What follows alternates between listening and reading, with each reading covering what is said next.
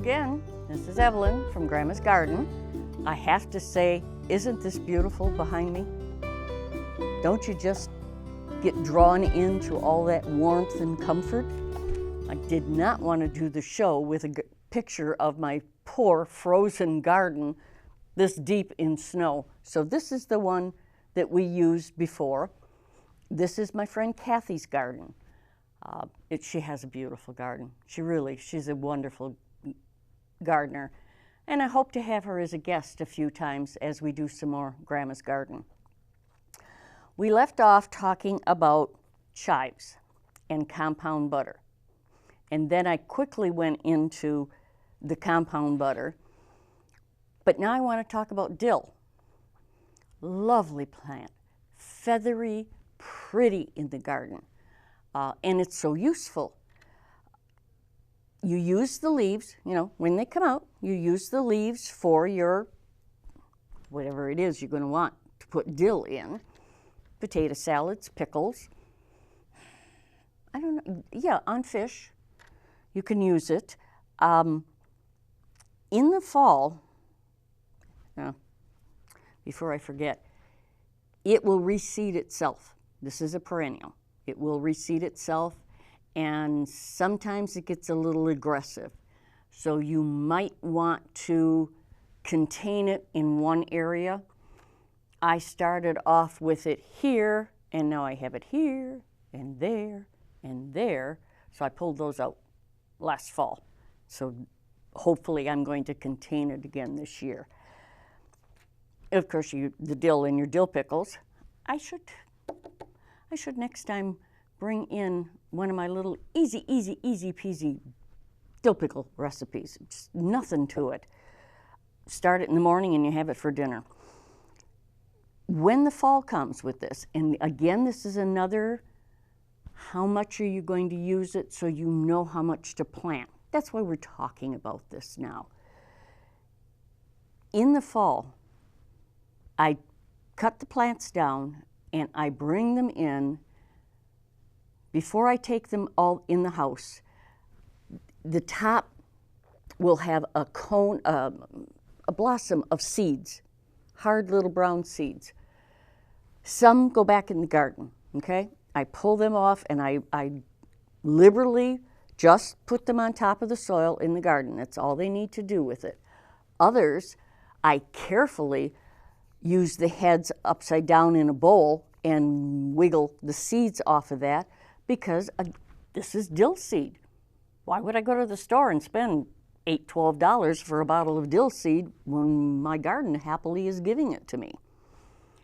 So you can dry your dill leaves. I wash them, lay them on a towel, and after they've been there a little while, I turn them over so they can dry on the other side.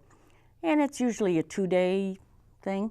Or again, my chandelier gets a lot of use in this fall. I hang them. I put them together with a rubber band and then hang them from a leaf or something on my chandelier and just let them air dry. It seems to work quite well. I don't know how many of you have ever been to the Polish Club on, no, not DeQuinder, can't think of the name of the street. Maybe it'll come to me. They make dill pickle soup. It is delicious. Chicken broth, chicken if you want in there, chopped very fine dill pickles, little bit of the juice, and then your chopped dried dill. It is marvelous. Try it. Let me know if you're going to like that. We do. The other herb I want to talk about is lemon balm. It is what it says it is. It does give a nice lemony flavor to whatever it is you're going to be cooking. Put it in your iced tea. There are several lemon balms. Yeah, there it is in the second row. At the end is the lemon balm. That I believe, I I'm stuttering here because I'm trying to think if it's a perennial, but I don't think it is. I think I have to plant it every year. That also keeps insects away. It also keeps mosquitoes away. These plants do many things for us if we just only knew what they all did. Lemon balm, oregano. Where's my oregano? Is it on there? There it is down at the bottom. I plant oregano every year. I seldom use it fresh. I usually will dry it and add it to soups, pastas, you know, whatever you think of that you like oregano. Marjoram, now I'm finding I'm using sweet marjoram. I plant the marjoram, I bring it in, I use it just like I use basil and oregano. And it's a slightly milder taste than oregano. Kind of like it. I do kind of like it. Mint. Is there mint on this page? I don't think so. All right. Yeah, I'm not seeing the mint. If you're going to grow mint, I highly, highly have to say only grow it in a pot. That is one of the most aggressive plants. There's another one, but it's one of the most aggressive plants I've ever come across. It will take over your garden in a couple of years and you'll have nothing but mint growing, and it is just a pain in the buttski to get it all pulled out because it's got all those roots and it just keeps coming back for you. It's just so happy to be there. So plant it in a pot. Now, earlier I said chocolate basil. Out of my mind, forgive me. It is chocolate mint that I meant to talk about. It is delicious. It is so, so good. I've had it on ice cream. I'm still looking for all of the ways that I can possibly use this chocolate mint because it is just so delicious. It is not unusual to see me walking around my garden nibbling on the green things that are in my garden because they taste good. Maybe you should try it. You might like doing that. There's thyme. Now, thyme is added to almost anything. Let me see. We have, well, we'll start in the corner there. We'll do parsley. You got to have parsley. You want to have parsley in many things. I like the large leaf parsley. I like the, what do I want to call it? Italian parsley. Those are very good. I've never grown peppermint. I think I did once. Yeah, it tastes just like Wrigley's spearmint gum. It was not for me. The sage, now there's a lovely plant. You can use that besides for stuffing. You can use sage with your meat. It adds a nice taste. Summer savory is kind of a peppery taste, but it's good. It's good, I like it. Sorrel is kind of sour. Stevia, I grew it once, tried to get it to pretend to be my sugar, and whatever they do with it, I don't know how to do that, so it didn't do anything for me.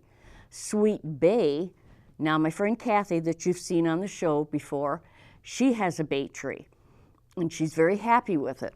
But understand, when you get it, you're only going to get a very small twig, and it takes some years to grow, and you have to bring it in for the winter time. It's a small tree, is what it becomes. I talked about sweet marjoram, how I like that a little bit better than oregano. Look at the thyme, T-H-Y-M-E, thyme, at the bottom. Look at the beautiful thymes. I've had mother of thyme and loved it. It was beautiful in my garden. I've never seen the red creeping thyme, but I am really, really thinking seriously about putting that in a small area in my garden. It's so beautiful. I'll try it out and see what I get. I do like to grow thyme, any one of those. The first one, English thyme, I've used mostly. Oregano, mother thyme, red creeping thyme. I think that red creeping thyme is just as pretty as it can be. I want to say again, I'm talking about the seeds in the park seed catalog. This is time of the year we get all of our seed catalogs, and I start to dream about what's going in my garden. And then the harsh reality comes through, what I have room for in my garden. Besides park seed, there's nothing wrong with going to Meijer's and buying seed. I've bought seed at Kmart. I've bought seed at Kroger. Harvest Time, Wojo's in Ortonville, Wojo's on Lapeer Road. All of them carry. They all carry seeds. It's, if you can't find it at the places here around us, then you've got park seed to go to. I think there was something in here I said I had never seen that I wanted to order, and the only place I've ever seen it is in this park seed catalog, so I'll be ordering it from park seed. I think when we go on a little further, we're going to talk about some vegetables and some things to do with the vegetables. I hope to see you again soon. This is Ellen, Grandma's Garden.